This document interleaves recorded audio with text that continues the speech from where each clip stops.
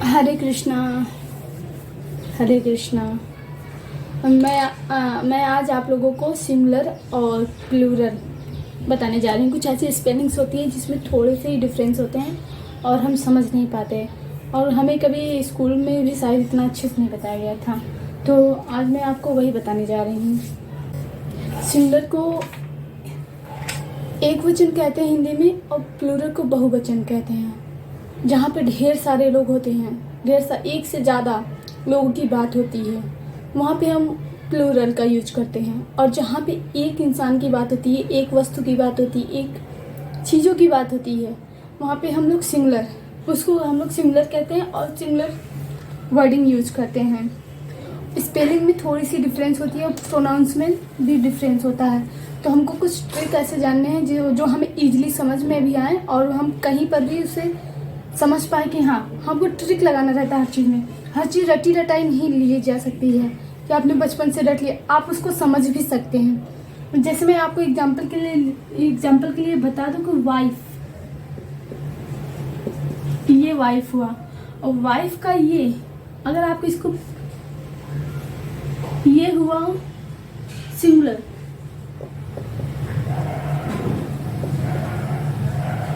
मतलब एक वचन। इसका होगा प्लूरल। ये एफ की जगह पे आपको केवल VES ऐड करना है। इससे ये क्या हो जाएगा, प्लूरल हो जाएगा। क्या हो जाएगा, ये भी हटा दीजिए आप, WIVEX,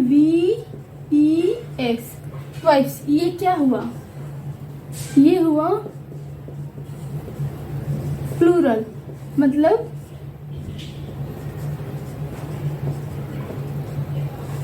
बहुवचन। तो समझा, ये अपना ट्रिक होता है। हम कोई भी स्पेलिंग ऐड करने से पहले 2 स्पेलिंग लिखेंगे और उन 2 स्पेलिंग का डिफरेंस समझेंगे कि यहाँ पे क्या छोड़ना है, यहाँ पे क्या लेना है। आप ऐसे इजीली याद रख सकते हैं, इसलिए मैं आपको बता रही हूँ।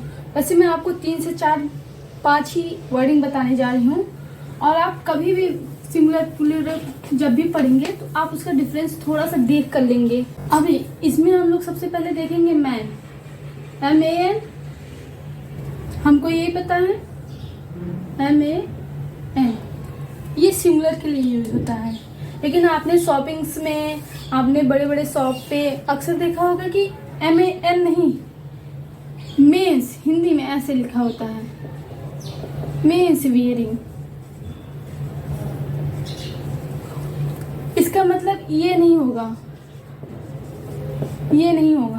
इसका मतलब होता है MEN। ये सही है, पढ़ते क्या है, मेंस। ये क्या है, गलत। ये क्या पढ़ेंगे, प्लूरल को मेन, क्या पढ़ेंगे, मेन। ये है राइट। अब सेम मैं आपको वुमन का बताती हूँ। ये है वुमन, यहाँ पे बात हो रही है औरत की। कितनी औरत, एक औरत की बात हो रही है।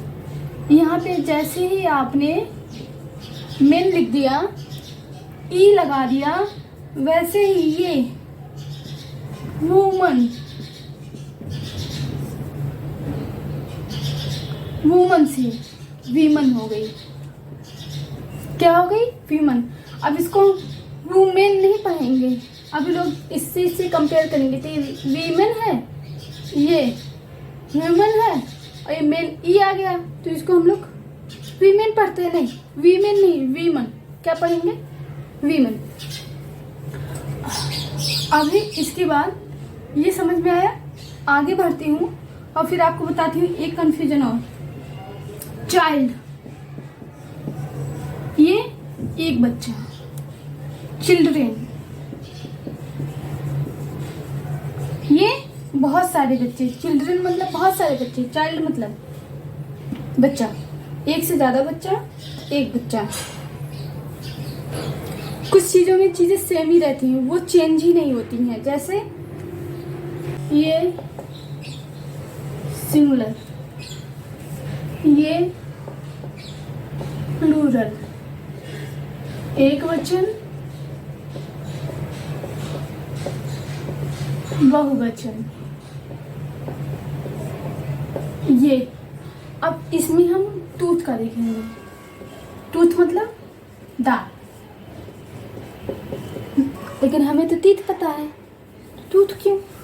टूथ एक वचन है, ऐसे बोलेंगे माई टूथ इज पेनिंग।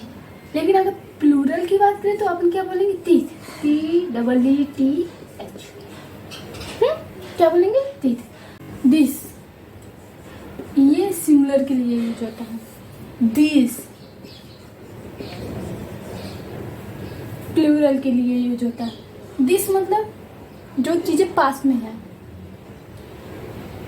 दिस मतलब चीजें पास में है, लेकिन वो चीजें ज्यादा संख्या में, मतलब टेबल जैसे हमारे पास में है लेकिन उसकी संख्या क्या है? ज्यादा है, 1 से 2 है, तो वहाँ पे दिस चेयर बोलेंगे, ना कि दिस चेयर्स। अगर पास में है, बहुत ज़्यादा है, दिस पास में है, एक है, दिस। दैट सेम दूर में है, ये पास के लिए, ये दूर के लिए। दूर है, ये एक के लिए, ये भी एक के लिए। पास है तो दिस, चीजें दूर हैं, एक है। दैट चेयर, तो क्या होगा? दैट। लेकिन वही चेयर एक से ज्यादा है, दिस, दोज, सॉरी, क्या लिखेंगे?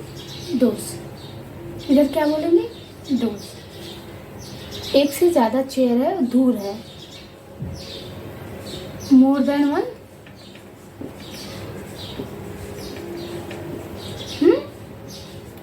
और क्या है?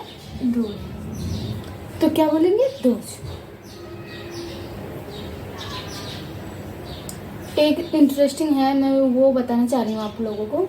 इनिंग्स, जब मैंने इसको पढ़ा था तो मुझे बहुत खुशी मिली थी। ये है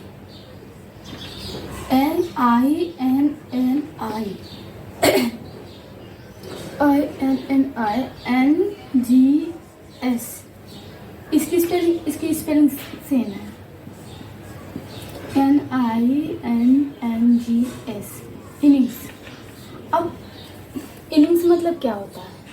हम लोग जब कोई गेम खेलते हैं, कोई सामने वाला आउट हो जाता है, तो हम किसको कहते हैं? अब इसका चांस है, अब इसका मौका है, अब ये मतलब एक के आउट होने के बाद, जैसे एग्जाम्पल्स, ये खेल रहा था, ये क्या हो गया? आउट। पहले खेल रहा था, अभी आउट हो गया। अभी किसकी बारी? इसका नाम ये है, इसका नाम ये। अभी किसकी बारी? इसकी। अभी इसका जगह पे कौन आएगा? ये आएगा। अब इसकी क्या हुआ? इसको चांस हम लोग बोलते हैं कि अब किसका चांस है? इसका चांस है, बी का चांस है। लेकिन इंग्लिश में इसको क्या, चांस ना कहकर, मौका ना कहकर इनिंग्स बोलेंगे, पारी। क्या बोलेंगे? पारी। अब किसकी पारी है? बी की पारी है, तो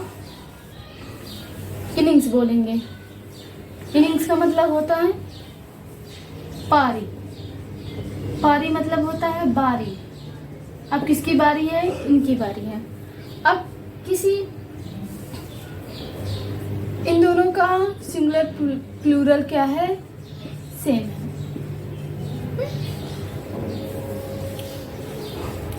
तो गाइस, आप मुझे कमेंट करके ज़रूर बताएं आपको ये वीडियो कैसा लगा। आज ये मेरा फर्स्ट वीडियो है और आप लोगों से हाथ जोड़ कर प्रार्थना है कि प्लीज़ सपोर्ट करें, सब्सक्राइब करें और ढेर सारा प्यार दें। कमेंट करके बताइए आपको कैसा लगा और क्या सुधार होना चाहिए, आपके क्या डाउट्स हैं, वो मैं सारे सेशन लेने वाली हूँ।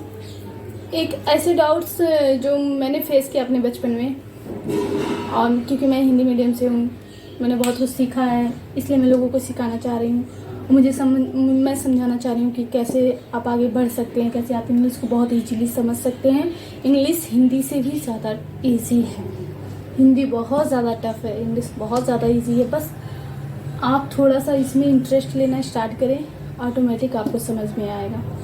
और मैं जो भी आपके क्वेरीज हैं, जो भी आपके प्रॉब्लम है, कुछ भी जो प्रॉब्लम है इंग्लिश से रिलेटेड, मीनिंग्स आपको याद नहीं होती है, ये सारी समस्याओं का समाधान करूँगी।